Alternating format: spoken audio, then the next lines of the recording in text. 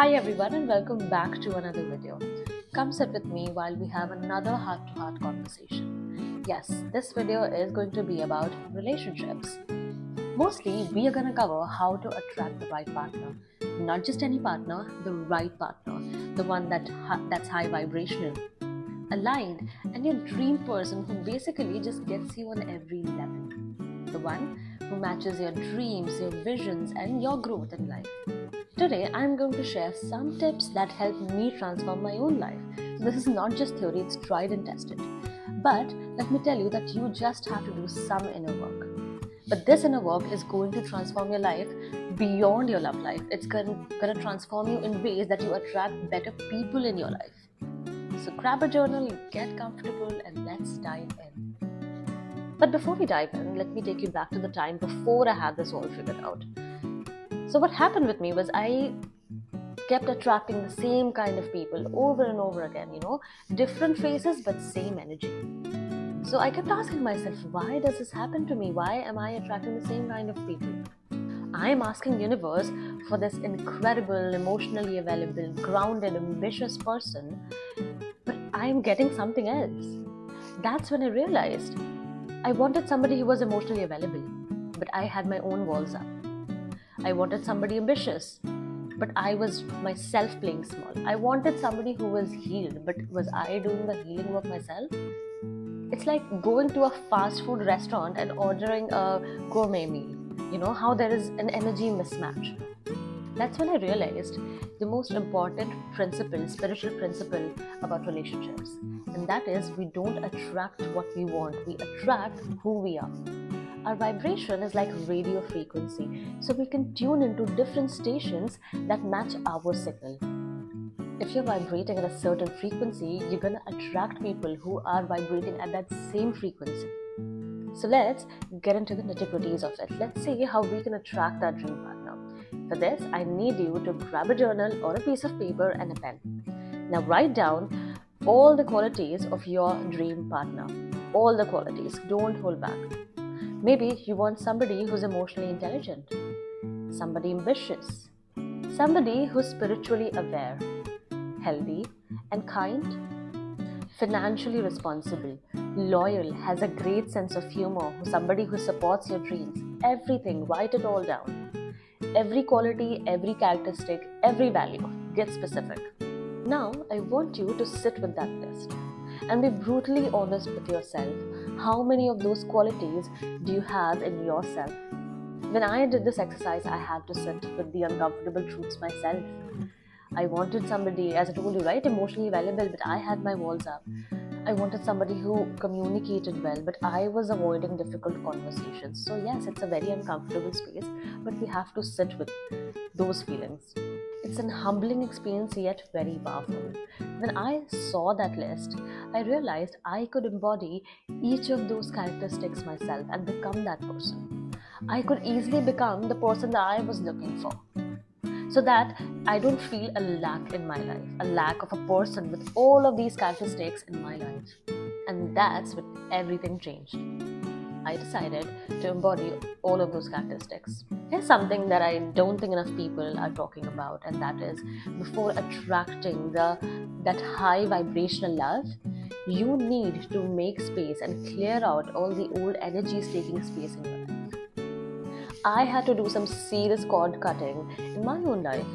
And I'm not just talking about the obvious X's. It also includes, the what ifs, the almosts, something that could have been, all of it. So I did a simple full moon ritual where I made a list of all the people that I was energetically attached to and I was willing to let go to make space for you.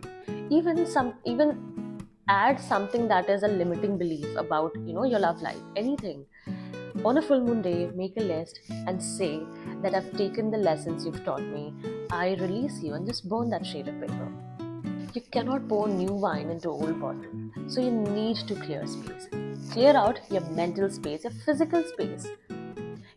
Keep away the gifts from your exes, delete the old photos, sage your room if possible. Your environment holds energy.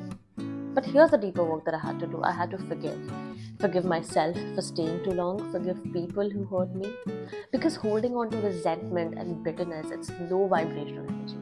And those low vibrational energies, they will prevent all the blessings from coming into your life. But when you're clearing out the older energies, you're actually telling the universe, I'm ready, I've made space, send me what's meant for me. Okay, the next part is crucial and it's something that I had to learn the hard way. Not really that hard, but it takes a little bit of effort, How will you attract a healthy relationship if you don't have a healthy relationship with yourself?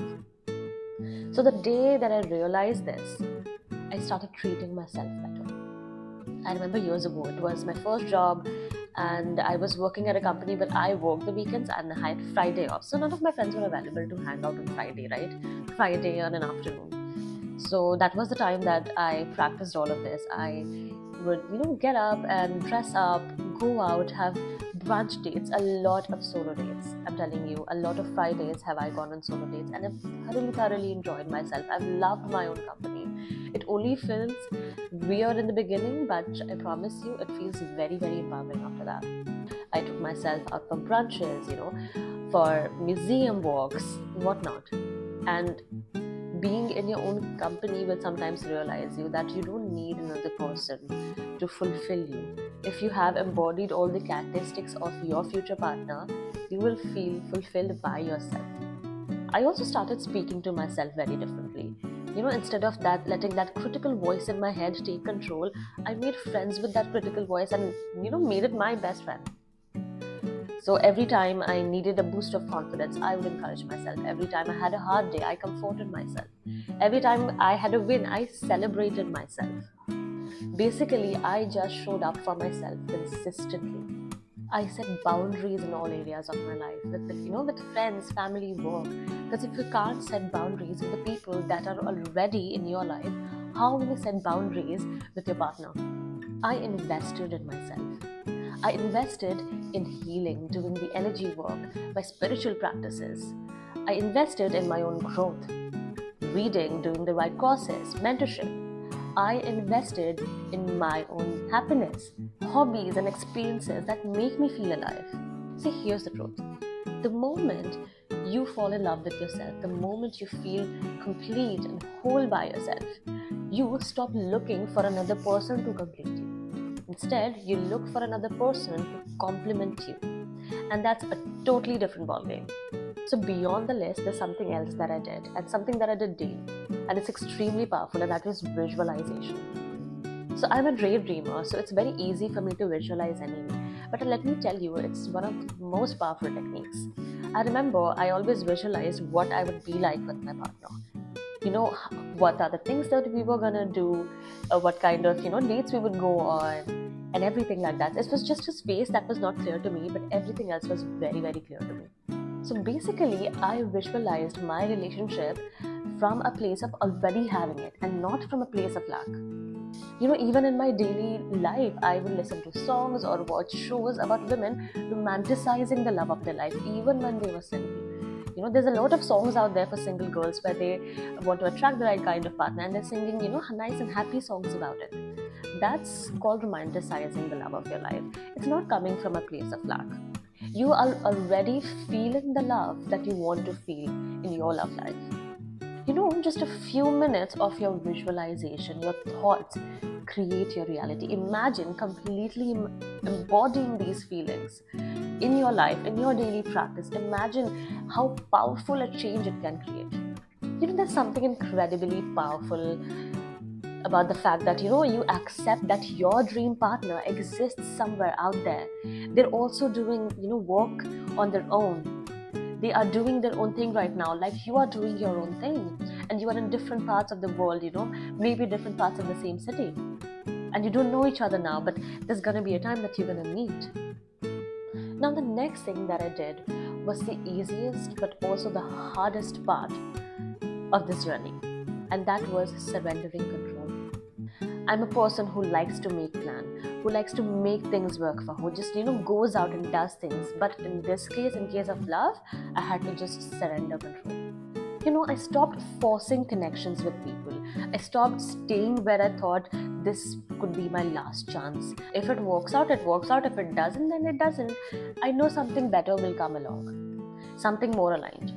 Now, while I had this attitude, I also remained open. Okay, I constantly put myself in social situations, hung out with my friends a lot, but at the same time, I was not desperately seeking love.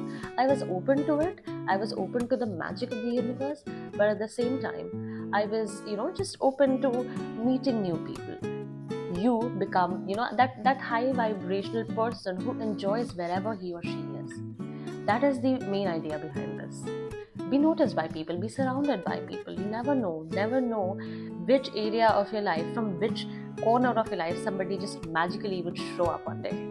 See, because when you're on a healing journey, when you are on a journey to find love, embody all the characteristics of a dream partner, it doesn't mean that you have to isolate yourself till you've become that person.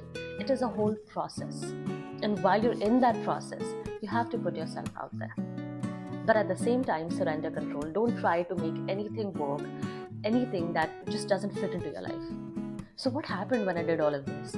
When I embodied my list, when I cleared out the old energies, when I visualized, when I, created that foundation of self love, when I trusted the timing, I became a completely different person. Not fake, not performing, but I became more of myself than I'd ever been.